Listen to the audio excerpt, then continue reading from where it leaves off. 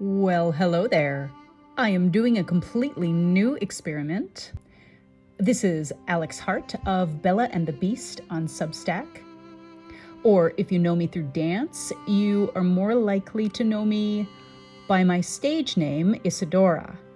People for a long time have been requesting that I make audio versions of my dance adventures and martial arts adventures and adventures in traumatic brain injury and other injury adventures and yes, all the stuff that I write about on my blogs. And so I am going to start putting them up here. We will not only stick to the adventures that are on the Bella and the Beast publication, but we'll also be hopping back and forth with some of the personal tales from my DanceStory publication over on my arts and nature blog, Tinkerings of an Elemental Alchemist. So sometimes we'll go in order, sometimes we won't. It just really will depend on what I feel like sharing on any given day, and obviously if you guys have any requests. So here we go.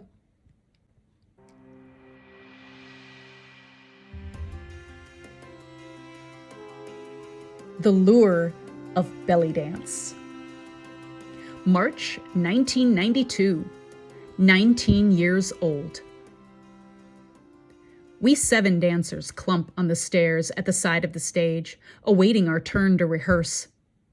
I don't see why the director makes us come to every rehearsal, much less why we have to stay for the whole thing, when we're only out there for 2.5 minutes to run our piece, and we don't interact with the other characters at all.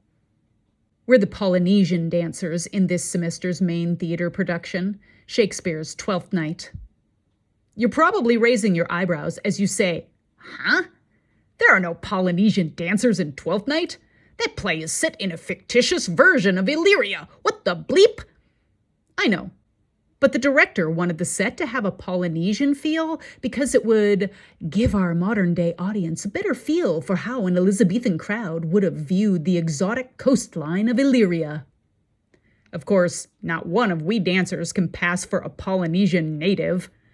So the costuming director has been teaching us how to pencil on those specialized lines and shading that will give us more Asian-looking eyes from off-stage. In order to audition for this dance, we also had to agree to dye our hair black, and we'll have to paint our skin in bronzy makeup. We 7 white girls are going to burn through a lot of makeup tins because our costumes are skimpy floral hip wraps and tops that leave little to the imagination. For now, here we sit, we moving background scenery, chatting in hushed tones and trying not to fall asleep on the stairs as they redo the blocking for Fabian and Sir Belch. Again. That means it'll be even longer before we get to practice our number. Not like it matters. Even after we're finished, we still don't get to leave. Ugh, tedious. But it gives me the excuse to finish my philosophy homework as well as letting me watch the more experienced actors work. I was cast during fall semester as a reject dancer and the understudy for Christine when we did a chorus line. I hear this is quite the accomplishment for a freshman. But for this spring show, the cast is almost solely comprised of juniors and seniors.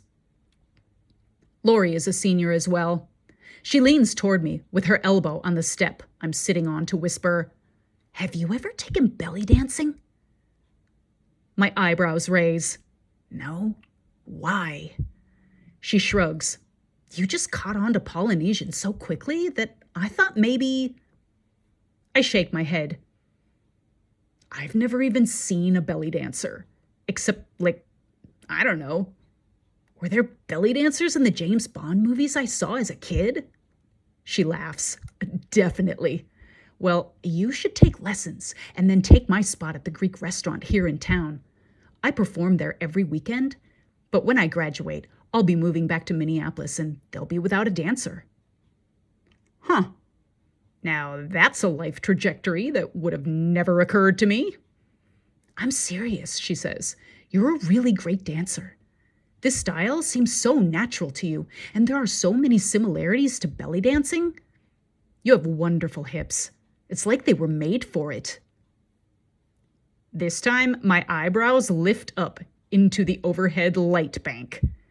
Then I give a little shrug and put my chin on my kneecaps, hugging my arms more tightly around my shins. If we weren't in the shadows, I'm sure she'd be able to see my blush. But I'm also grinning ear to ear. It's been half a year of ox-clodding in ballet, and nobody has once said that I'm a good dancer, much less called me great or natural. I can't wait until next year when I can switch out ballet for modern and finally take jazz.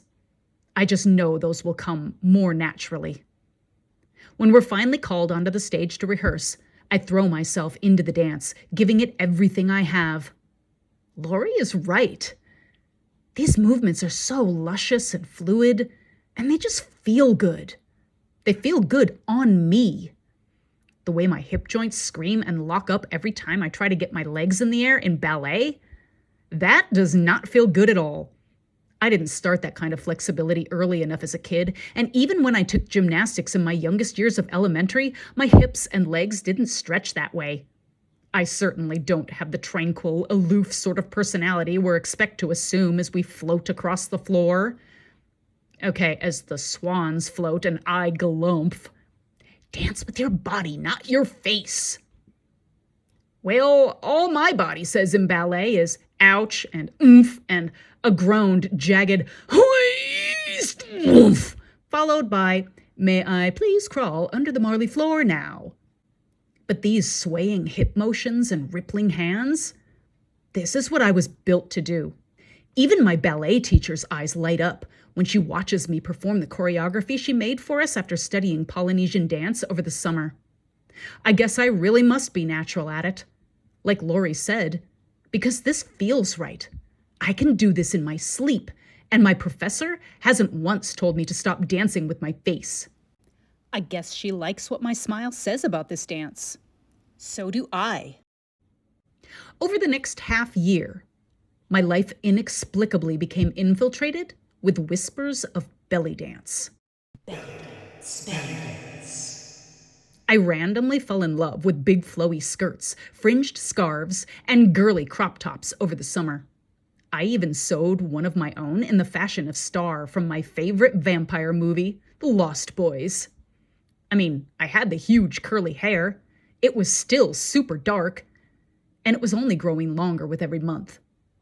Then, at the start of my sophomore year, after moving into the on-campus apartments with 3 of my tech crew friends from the theater department, I came back from class one afternoon to find Julia sewing coins onto a fringed bra.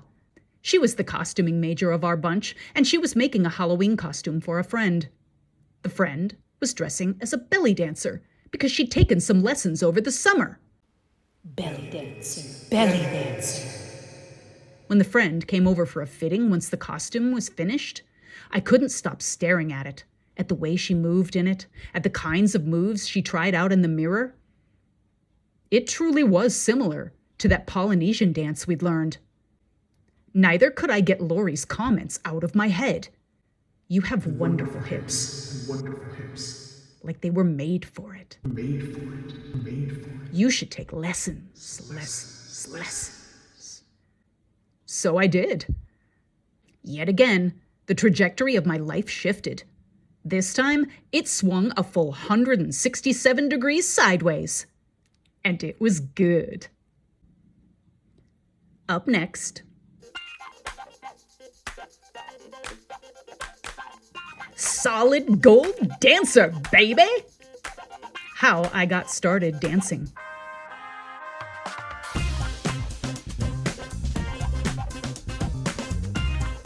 You can read these adventures if you prefer, or you can also go hunt for the dancing in question. All you have to do is go poke around my website, hartebeast.com. HARTEBEAST.com.